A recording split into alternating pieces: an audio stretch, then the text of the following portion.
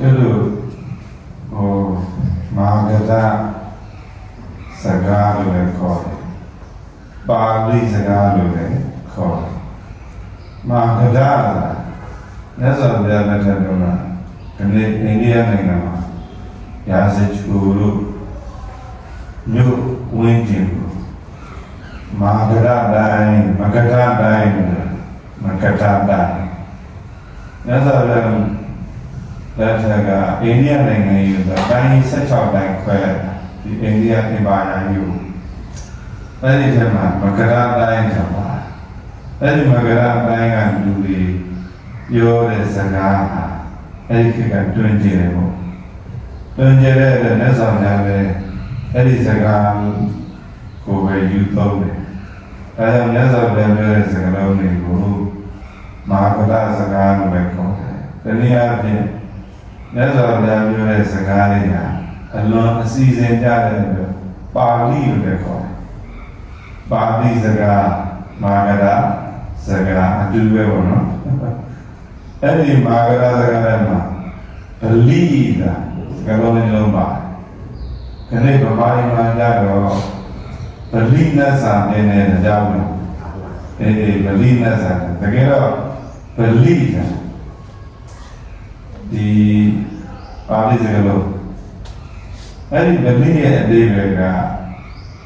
Buzo a Baba David Taga Nemalia. Toto Jemega Belisa the fellow Ashia Babu David. I wasn't do your Killa. The fellow Ashia Babu and Juba Mahamuchi. Never Raza believe Tani Mani, Bimo concern, and Bimo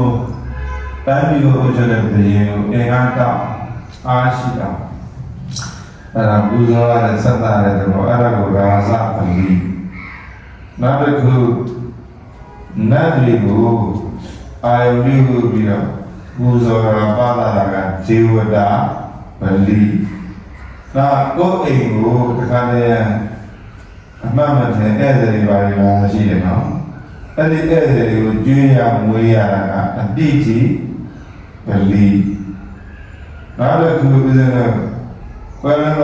known good guy who had Juru New. Any Panama Bushi, any Panama Bulima. Again, Guduga Amelo. 70 years and Ashi and Pampo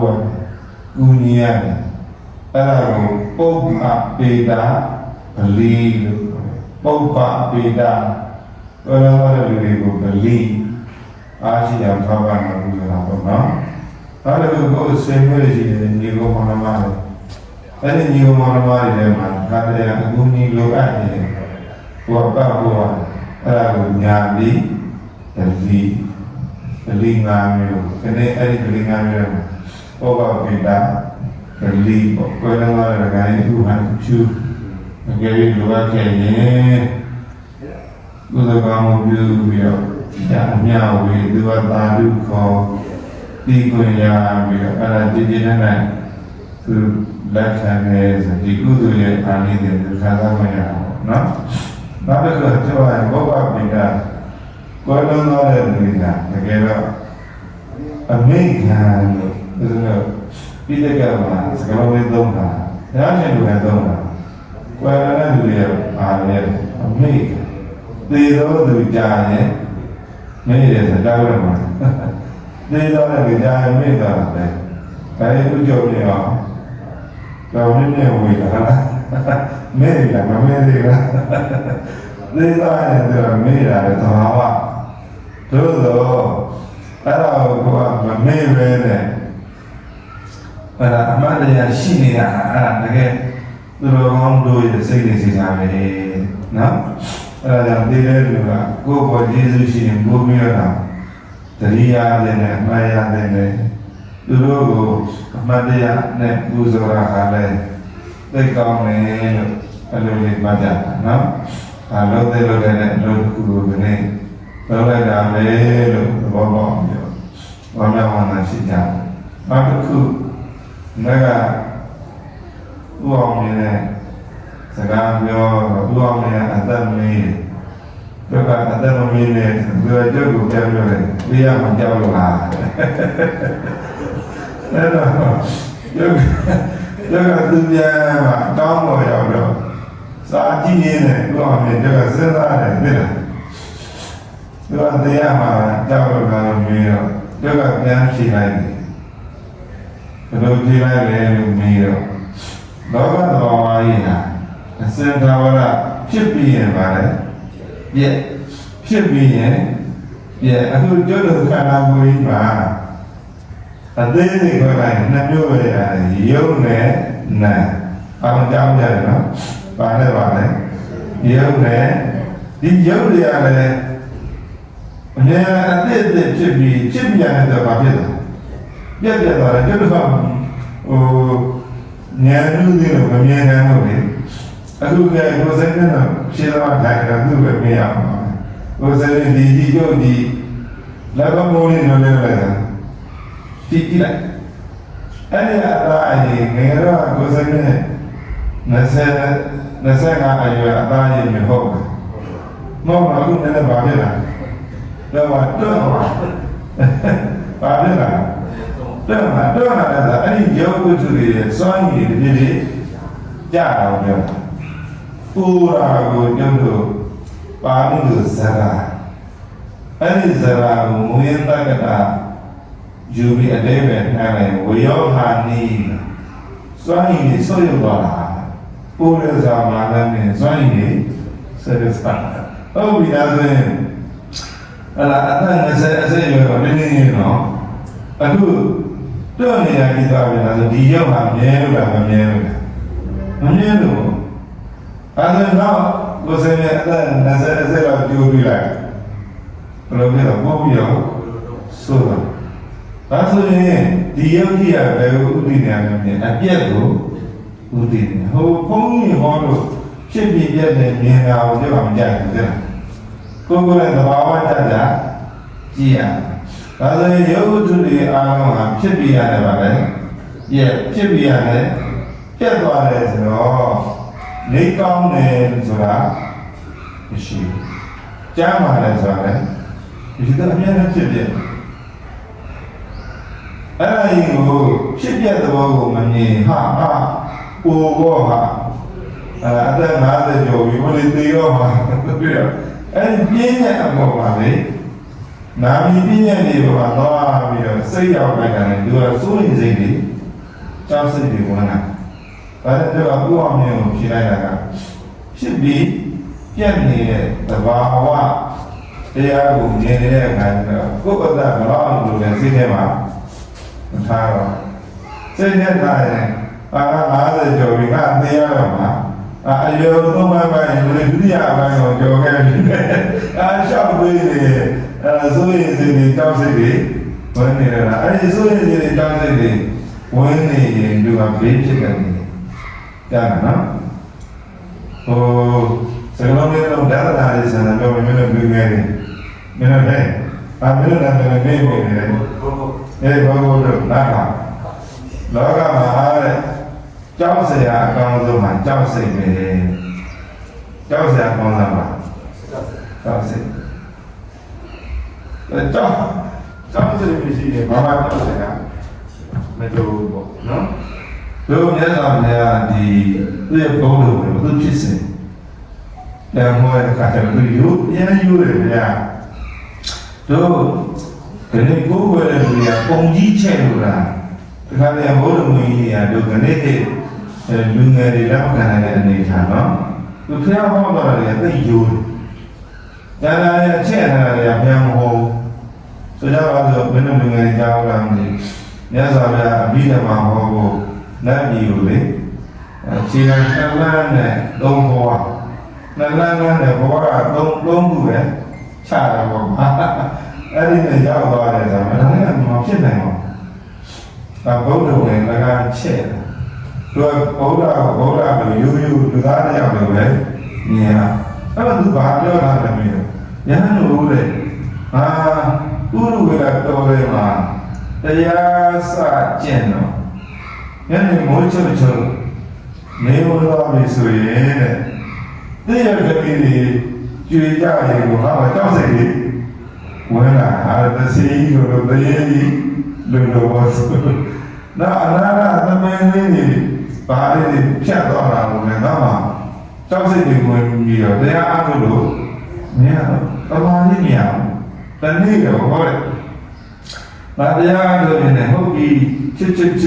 တန်နေကြတယ်။အဲဒီအတန်ဘယ်ကလာတယ်လို့မသိအောင်လုပ်နေ။ကြောက်စိတ်ကိုဖြောက်ပြီးတော့ဒီအတန်ဘယ်ကလာတယ်ဆိုပြီးအဲဒီနေ့လေးတိုင်းတော့ဩတဲ့ဒီအတန်လေးတွေကအခါတည်းသိတဲ့ကြွေကြတယ်အခါတည်းသမင်းလေးတွေဖြတ်တာဘာလို့စိတ်ပါလဲမဟုတ်ဘာတည်းပါလဲမဟုတ်ဘူးတဲ့အဲ့လိုရင်းမြစ်ကိုသိလိုက်တာငါမှကြောက်စိတ်မရှိတော့ကြောက်စိတ်မရှိတော့ငါတရားအားထုတ်ရတာတမာရီရပါတယ်အသိဉာဏ်တွေလည်းပွင့်သွားတယ်အဲ့ဒါကြောက်စိတ်ကသိရေးပြင်းတော့မင်းတို့ဘာမှမသိဘူးမင်းတို့ဒီစကားဝါရီပါရင်ကြည့်တော့လေသမင်းနဲ့ကြားတော်လည်းမှတွေ့ကြတယ်သမင်းရဲ့နောက်ကိုကြားကလိုက်တဲ့အခါမှာအဲ့ဒီသမင်းကြားစာမိတဲ့သမင်းလည်းရှိတယ်လွတ်သွားတာလည်းရှိတယ်သို့တော့မိသွားတဲ့သမင်းကများတယ်နော်အဲ့ဒါဘာလို့မိရတဲ့သမင်းအဲ့မှာရေးထားတယ်သမင်းတစ်ကောင်နဲ့ပြည်နှုံးဟာတဲ့တဏှာယူကီလိုမီတာ90ရှိတယ်ကြားရကောင်နဲ့ပြည်နှုံးမှာတဏှာယူကီလိုမီတာ60ပဲရှိတယ်လေကိုယ်စင်းအဲ့ဒါဘယ်သူကအပြည့်တန်သမင်းကအပြည့်တန်တယ်သို့တော့အဲ့ဒီသမင်းရဲ့နောက်ကိုကြားလိုက်တဲ့အခါမှာအဲ့ဒီကြားလိုက်တဲ့သမင်းရဲ့စိတ်ထဲမှာဟာတော့ကြားရလိုက်တော့တရားကြီးတော့ငါကြားစားခံရတော့မှာပဲကြောက်စိတ်ဝင်သွားတယ်သူ့ရဲ့ပြေးတော့မှာအလိုလိုရောကြအောင်ကြားစားခံရတယ်ဒါဆိုရင်မင်းတို့သမင်းကြားစားခံရတာမပြေးတယ်လို့ပြောရလားမဟုတ်ပါကြောင့်ကြောက်စိတ်အကယ်၍ကြားလိုက်ခံရတဲ့သမင်းဟာအိုးငါတို့တဲ့အပြေးတယ်ဒီကြားငါ့ကိုမမီးရဘူးဒီအချိန်ကအစအစပြရမယ်အချိန်ပဲလို့သမင်းနဲ့အကြားလိုက်တာကိုသူကတော့အဖြစ်အသုံးချပြီးတော့သူ့ရဲ့အစအစကိုထုတ်သုံးမယ်ဆိုရင်အဲ့ဒီသမင်းကိုကြားအောင်လုပ်လိုက်လို့မရဘူးကြားလားအဲ့တော့သူကဘေးရတဲ့ကြုံရင်ကြောက်အောင်မဟုတ်ပါတော့အစတော့အခုကတော့ကိုစားတဲ့တို့ချင်တာတို့မြန်မာလူမျိုးတွေကအခုဖြစ်ရင်ရရချင်းပဲပေးတယ်။နေဘာမှမဆိုင်နိုင်ရှာတော့တယ်။အဲ့ဒါလိန်နဲ့ဒီပေါ်တကယ်တော့ကိုအားကိုပဲကိုအစားကိုပဲအားကိုမှတော့အားကိုနေလို့မရဘူးနော်။အဲ့ဒါအစားထုတ်အစားထုတ်တော့ဘာလို့လဲစားလုံးလေးကြောင့်ရွတ်ပြအောင်လူတွေဟာကိုယ်မှာရှိတဲ့အစွမ်းအစအကုန်လုံးထုံမလုံးကြပဲလေဒီလိုနဲ့ပဲသိသွားကြတာအလုံးဝမ်းနဲ့စရာကောင်းတယ်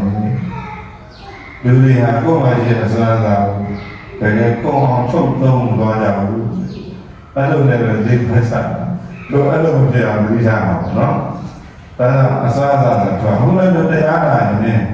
မင်းတို့လူငယ်တွေကဘုန်းကြီးတွေကဘာမှမသိအောင်မလာတော့ဘူး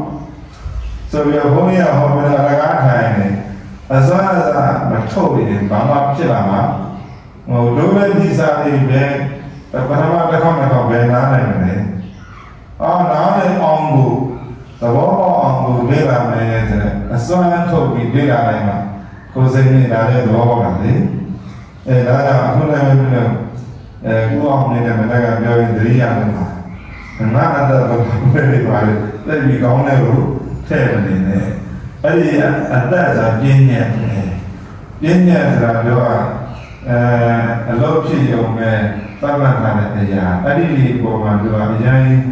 အစွဲရောက်သွားရင်အနှောက်အယှက်ဖြစ်တယ်အဲ့တော့အတ္တတွေပိုင်းလည်းနေလာအဲ့လိုမင်းနေအောင်ပါတော့အောင်လည်းအချိန်တိုင်းကအလုပ်လုပ်နေလို့လူကအလုပ်ရှိနေလို့အလုပ်ရှိနေရင်လေရှောက်ပြေးလာတယ် ငါအတကဘာလို့ရှိပြီငါအသေးရတော့မှဒုက္ခပဲဒီပါလေတကယ်အလုံးလုံးနေပြီကအဲ့ဒီအသက်တွေအချိန်တွေကိုသတိကိုညာနေ့တစ်နေ့ကအကုန်လုံးပုံမှန်ကိုမသိဘူးဗျမဟုတ်ရင်ကအဲ့ဒီရောမယ်အချိန်ဆိုတဲ့ဒီလွှမ်းမိုးမှုကြီးချုပ်ချယ်မှုကြီးအောက်ကိုရောက်သွားတယ်လို့ဘယ်လိုလဲတော့အဲ့ဒါဘယ်ချိန်မှကိုသိတာလဲမင်းတို့ဒီချက်တရားစကားဝင်ပြီးတော့ပါဘုန်းကြီးတောင်းတယ်မဝင်ဘူးသေးကျော်ဝင်မှုတယ်လို့ပြောပါတော့ဆိုတော့ဒီတရားနဲ့ချိန်ကိုတဏှာကြီးတတ်မှတ်ရတယ်ဆိုရင်ကိုယ်နေရာကနေတဏှာကြီးပြည့်ပါတော့ဖတ်ခွင့်ရအဲ့တော့လေကျွန်တော်ကဒါယူပဲခုတ်ပြီးတော့ကြည့်ပြီးတော့ဒီတဏှာကြီးလည်းပြည့်ပဲမပြည့်နိုင်ဘူးပြည့်ပဲမပြည့်နိုင်ဘူးနဲ့အချိန်ရဲ့ဖိနေမှုကိုကျွန်တော်ခံရတာဒါမှမဟုတ်အချိန်ကိုအလေးပြုလို့ပြီးတော့ကိုလိုရမယ်လို့ကိုမလုပ်တကယ်အဲ့ဒီချိန်မှာကိုလိုရမယ်လို့ကဝင်လေထွက်လေကိုပတ်တဲ့လို့ဆိုအဲ့ဒီအလုပ်ကိုလုပ်နေရင်တဏှာရေးဆိုတာလည်းခေါင်းထဲမှာမရှိတော့အချိန်ရဲ့ချုပ်ချယ်မှုမခံလွတ်တက်တာတကယ်တော့ဘဝမှာအချိန်ဆိုတဲ့ရန်တရားကြီးအောက်ကလွတ်လာအေးချမ်းတာအချိန်ကာလဆိုရန်တရားကြီးအောက်ကမလွတ်သေးရင်တို့တွေနေရရနောက်တစ်ချိန်ဘာဖြစ်အောင်လဲမသိဘာဖြစ်အောင်လဲမသိဘူးဆိုအဲ့ဒီစိုးရိမ်စိတ်ကြီးနဲ့အဲ့လိုနေရရင်လွတ်လာဘူးကွာအနာကနောက်တစ်ချိန်ပါရမယ်လေဘာကိုပိုင်ဆိုင်ခွင့်ရနိုင်တယ်လေလူချင်းစိတ်အဲ့လူချင်းစိတ်နဲ့စိုးရိမ်စိတ်အဲ့ဒီစိတ်နဲ့သူကတို့ဘောအနောက်ချက်ပေးနေတာအဲ့တော့အဲ့လူချင်းစိတ်ကိုလည်းရှော့ချစိုးရိမ်ကြောင်းတဲ့စိတ်ကိုလည်းရှော့ချပြီးတော့ကိုလုံးတင်တာလေးလုပ်နေရင်အချိန်ဆိုတဲ့အဲ့ဒီရန်တရားရောလွတ်အဲ့တော့နေပြန်ပြောတာကာလဝိမောအတော်လုံးလေးကိုကြည့်ကြထားပါတော့အဲ့ဒါဒီနားမလဲဒီထားကိုဒီနေ့ပြောနေတာကအသက်ကြီးလာတဲ့ဦးဇင်းတို့တွေအသက်ကိုကောင်းလဲမှသိပြီးတော့မထည့်တယ်အဲ့ဒါသဘာဝတရားအားလုံးမှာဖြစ်ပြီးရင်ပြည့်နေရမယ်ဒီဖြစ်စဉ်ရတာသဘာဝပဲအဲ့ဒီဖြစ်ပြီးပြည့်ဆိုတဲ့အဲ့ဒီသဘာဝဖြစ်စဉ်တွေကကိုယ့်အတွက်အကောင်းဆုံးဖြစ်အောင်စွမ်းရည်ထုတ်လုပ်မယ်အစွမ်းအစားတွေထုတ်လုပ်မယ်လို့အဲ့ဒီအတူလေးနဲ့အဲ့ဒီအသီးလေးနဲ့နေရမယ်ဆိုရင်ဘဝဟာကျင်းနေစရာပါနော်မဟုတ်ရင်ဒီအသက်တွေအချိန်လေးရဆိုရင်ဒီတောင်းစတွေဝင်နေဆိုရင်ဒီတောင်းစတွေဝင်နေလူဟာနေရတာအခက်ခဲရှိလေကိုရမှကြောက်နာရမှာကြောက်သေးရမှာကြောက်ကြောက်နေအဲ့ဒီကြောက်စိတ်ကကိုဒုက္ခပေးသွားနိုင်တယ်လို့သဘောပေါက်လာတယ်ပြီးတော့ခဏတရားကိုလူရင်းမှတ်ချင်တာကြောက်ခေကိုဘာလို့လဲမောက်ပြတော့ကြောက်စိတ်ကိုဘာလို့ရှာနော်ကြောက်ခေကိုမောက်တာပြလိုက်တော့မကြောက်ကြနဲ့တော့ဘာလို့မှလူကိုကြောက်ရင်လူကျင်ဖြစ်မှာအချိန်ကိုကြောက်ရင်အချိန်ရဲ့ကျင်ဖြစ်မှာအသက်ကိုကြောက်နေရင်အသက်ရဲ့ကျင်ဖြစ်မှာဆက်မှာကျတော့အဲ့ဒါတွေကြောက်နေတယ်ဖြစ်ပြီးပြတ်တဲ့အဲ့ဒီမမြင်တဲ့သဘောလေးကိုမြင်အောင်ကြည့်အဲ့လိုကြည့်ရတဲ့ကောင်လည်းအကျိုးလူငယ်လေးတွေကမေးတယ်ဦးစင်းနဲ့ဦးစင်းတို့တရားရရတယ်ဖြစ်ပြီးပြတ်ဆိုတော့ကောင်းတာကိုမရှိဘူးလေဆိုးကကြီးပဲကြည့်နေရတော့ဘာမှလုပ်ချင်တဲ့နေစင်းနဲ့မရှိတော့ဘူးလေအဲ့လိုလေးဖြစ်သွားတယ်တဲ့အာမဟုတ်ဘူးလူငယ်ကလွဲနေတာအဲ့ဒီမမြဲတဲ့သဘောကိုမြတ်စွာဘုရားကြည့်ခိုင်းတဲ့ရွယ်ချက်ကနဲ့စိတ်နေပြီးတော့ထိုင်နေဖို့ဘာမှမလုပ်ပဲပိုင်နေဖို့လမ်းနေတာမဟုတ်ဘူးလို့တကယ်သူရဲ့ကောင်းတွေကမမြဲတာကိုကြည့်ပြီးတော့ပြင်ဆင်တဲ့အလုပ်ကိုလုပ်တယ်ဆိုကြတော့နဲ့ဟိုင်းဝေးပေါ့ခရီးသွားကြရှိတယ်မင်းလူတယောက်ကတားဆိုတာအချိန်လေးပြတ်တတ်တယ် မမြဲဘူးဆိုတဲ့အသိလေးရှိတော့အဲ့ဒီခင်းမသွားခင်မှာမနက်ပြန်သွားမယ်ဆိုမနေ့ကနေကားကိုကြိုတင်ပြင်ဆင်မယ်ကွာလို့တရားလာတော့မပြတ်နိုင်ပါဘူး။ဓမ္မလည်းပဲနေပြီးခီးထွက်သွားမယ်လို့အဲ့ဒါနဲ့လမ်းမှာအန္တရာယ်တွေ့ကြခြင်းဘယ်သူကပုံတွေ့ပါတော့ဟုတ်တယ်မဟုတ်မမြဲဘူးဆိုပြီးကြိုတင်ပြင်ဆင်တဲ့ကောင်ကအန္တရာယ်တွေ့တယ်နဲမှာဘုကောပူပြီးအန္တရာယ်ညာနေတာအခက်အခဲတွေပူများနေတာဒီသဘောပဲလို့တို့ရတာဒီဘဝကြီးဟာမမြဲဘူးအချိန်မရွေးသိနိုင်တယ်လို့အဲ့ဒီအသီးလေးရှိရတဲ့အခါကျတော့မသိခင်မှာလုံးတဲ့လုံးခိုင်းတာလေလုံးမယ်ပြည့်တဲ့မြင်ခိုင်းတာလေပြည့်ထားမယ်ဆိုတော့အဲ့ဒီမျိုးကြစိတ်အလုံးလုံးချင်းစိတ်ပေါ်လာတာမဟုတ်မင်းတို့လူငယ်ကြီးကြီးပွားဖို့ဆိုရင်အဲ့ဒီမျိုးကြစိတ်နဲ့အလုံးလုံးချင်းတဲ့စိတ်ကသိအရေးကြီးတယ်လူတရားဟာ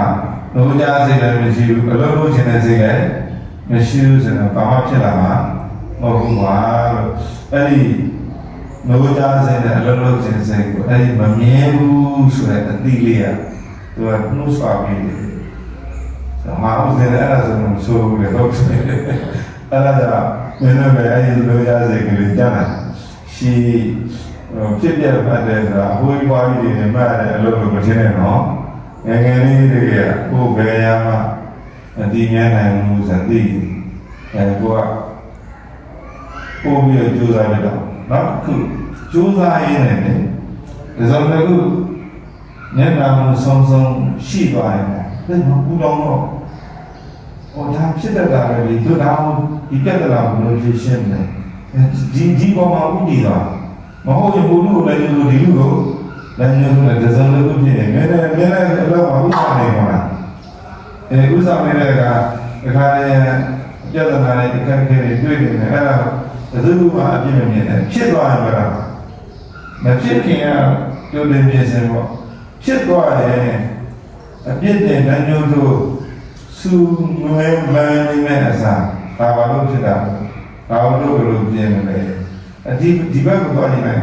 စိတ်အင်းကြပါလေဘာမှမခေါင်းရှုပ်တာလေမရှိဘူးခေါင်းရှုပ်တာလည်းမရှိဘူးတို့ပြဿနာလည်းတကဘာလို့အဆက်လို့ရရှိသူ့အမျိုးသမီးကဗန္လိက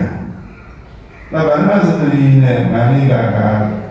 သူကအတိတ်ကကံလည်းပါမွေးတဲ့အသားလေးကြီးတယ်အခါကမွေးနေအမှားမှုတွေမွေးရတယ်တားရကြတယ်တောက်ပါအဲ့ဒါဒီကလေးနဲ့အရွယ်ရောက်တဲ့အခါကျတော့မနာမှုတဲ့လူတွေကဘယင်းကိုရှင်မင်းကြီးစတရီကိုရှောက်ပြတယ်နော်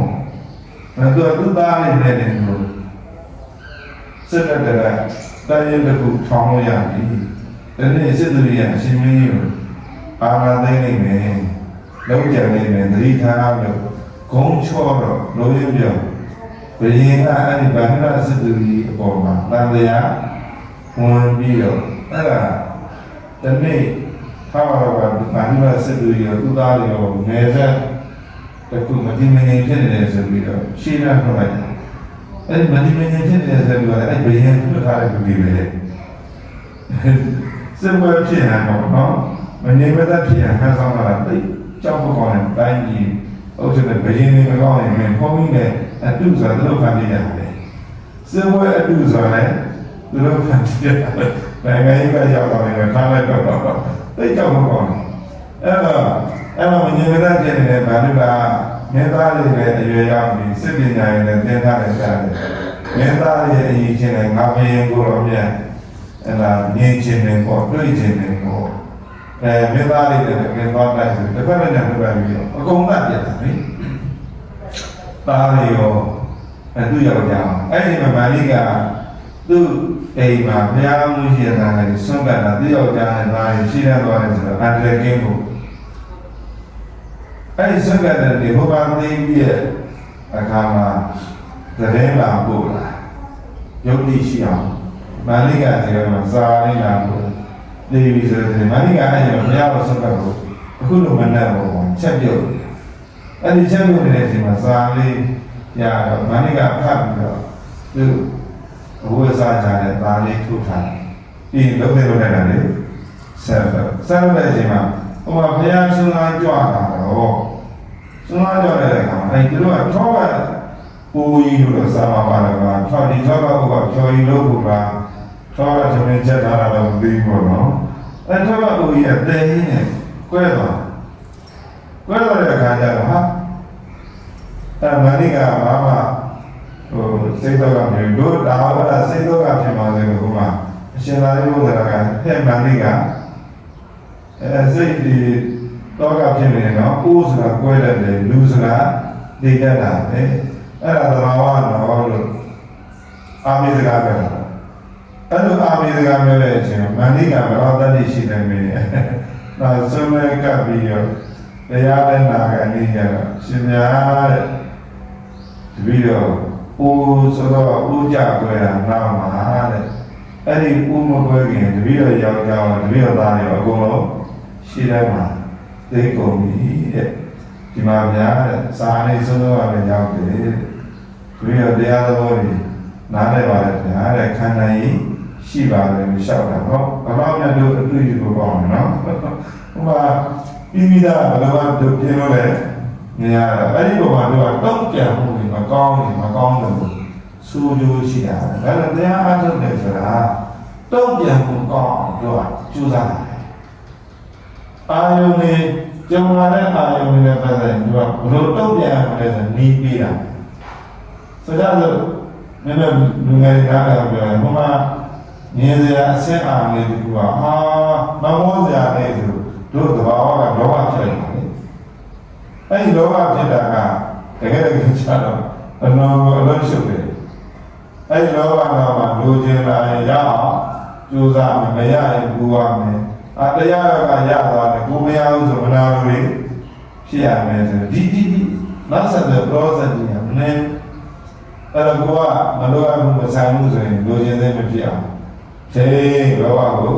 သေးလောဘနဲ့မတုံ့ပြန်တဲ့ဥပိ္ပခါပေါ့မျက်ပြီးရှိခြင်းနဲ့တုံ့ပြန်ဒီနည်းနဲ့တရားအားထုတ်တယ်တရားအားထုတ်တယ်ဆိုတော့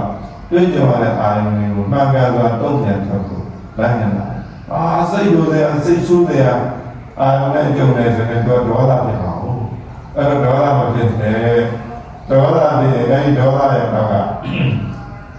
ဆက်လာတဲ့အကျိုးဆက်တွေကအဲ့တော့ဒုက္ခများတယ်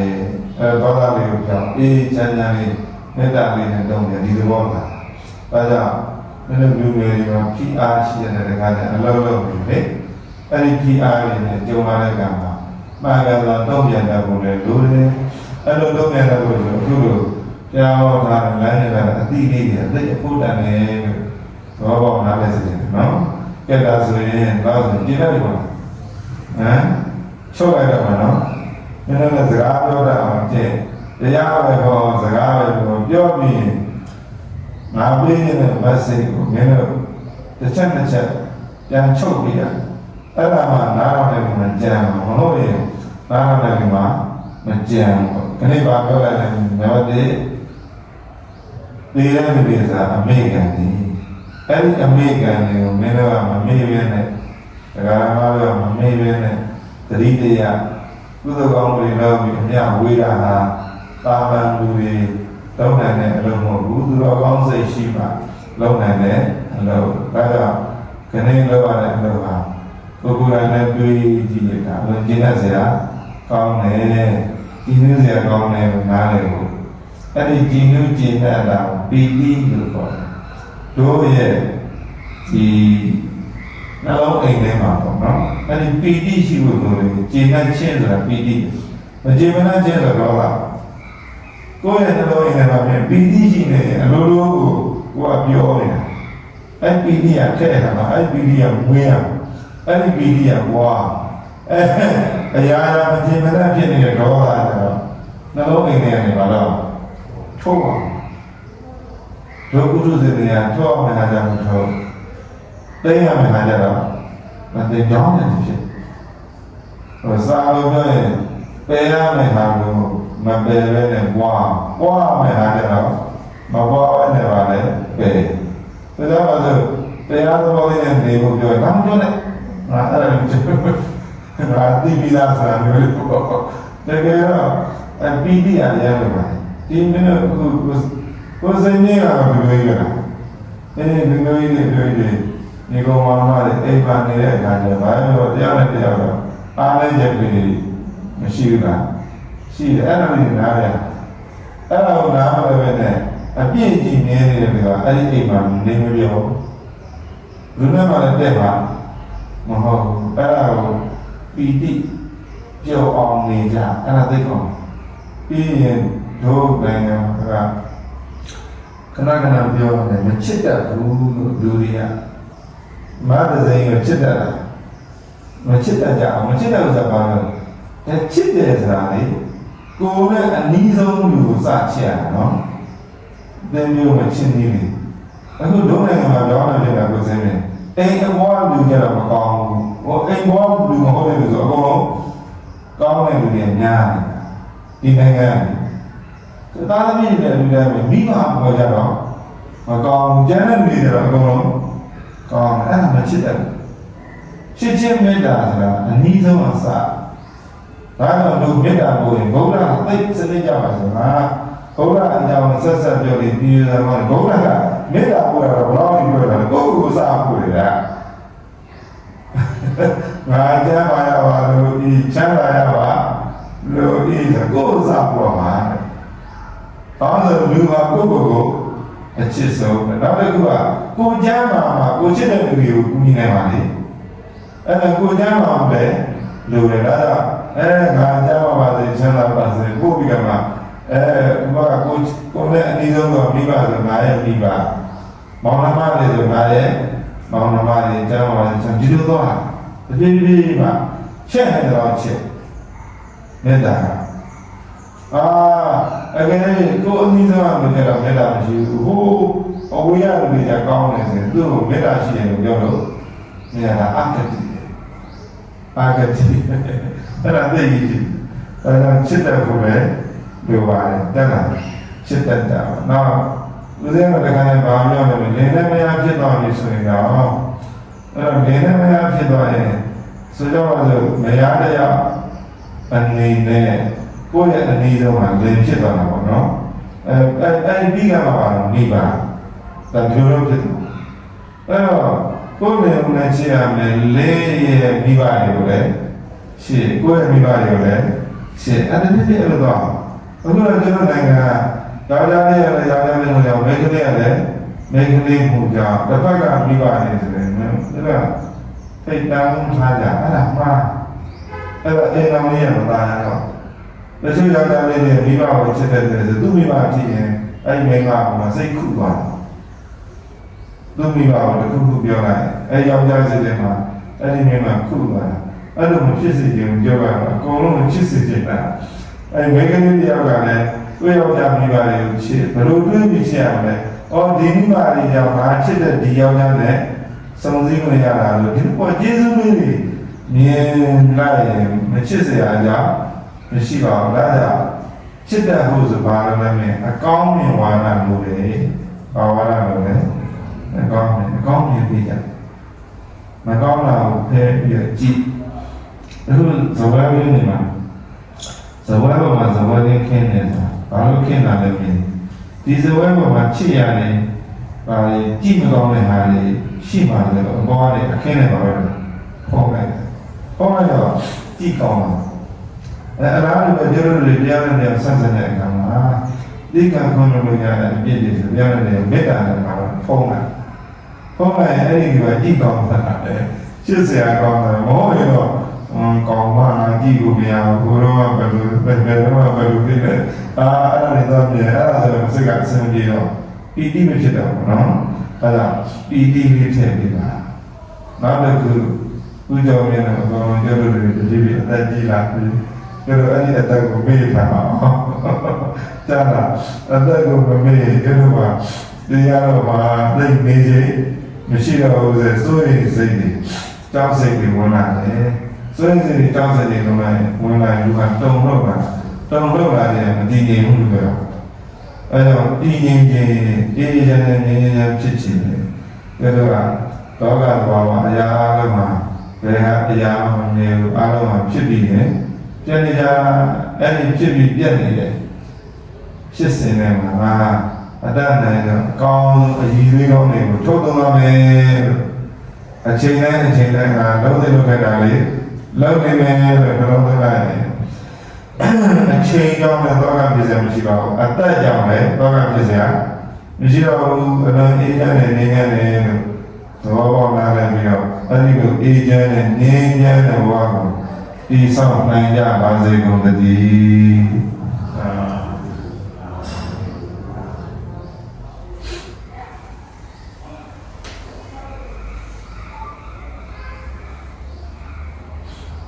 ကဲအားလုံးလိုက်စမ်းနော်အရှင်ဘုရားတပည့်တော်တို့သည်လွန်ခဲ့သောတစ်နှစ်ကကွယ်လွန်သောကျေးဇူးရှင်ဖခင်ကြီးဥပန်ကျူအားရည်စူး၍ဒါနကုသိုလ်သီလကုသိုလ်ဘာဝနာကုသိုလ်ကုသိုလ်ဆုံးအောင်ပြုလုပ်ပါကုန်၏ရှင်ဘုရားဒီကုသိုလ်ဤသောဘာကကိုကျေးဇူးရှင်ဖခင်ကြီးဥပန်ကျူအားအစထား၍နိဟောဖာစေဟောမျိုးဟာပုဂ္ဂိုလ်ပေါင်းတို့အားအမြပေးဝေပါကုန်၏အမြရကြသည်ကိုယ်စိတ်နှပြတရားမှာချမ်းသာကြသည်ဖြစ်ကြပါစေသောကုသိုလ်အမြပြုတော်မူကြပါကုန်သောသာဓုကုသိုလ်အမြပြုတော်မူကြပါကုန်သောသာဓု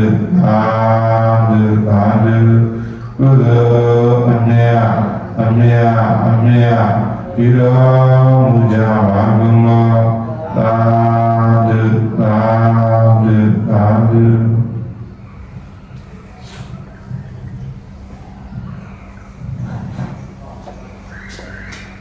ကဲဒီပါ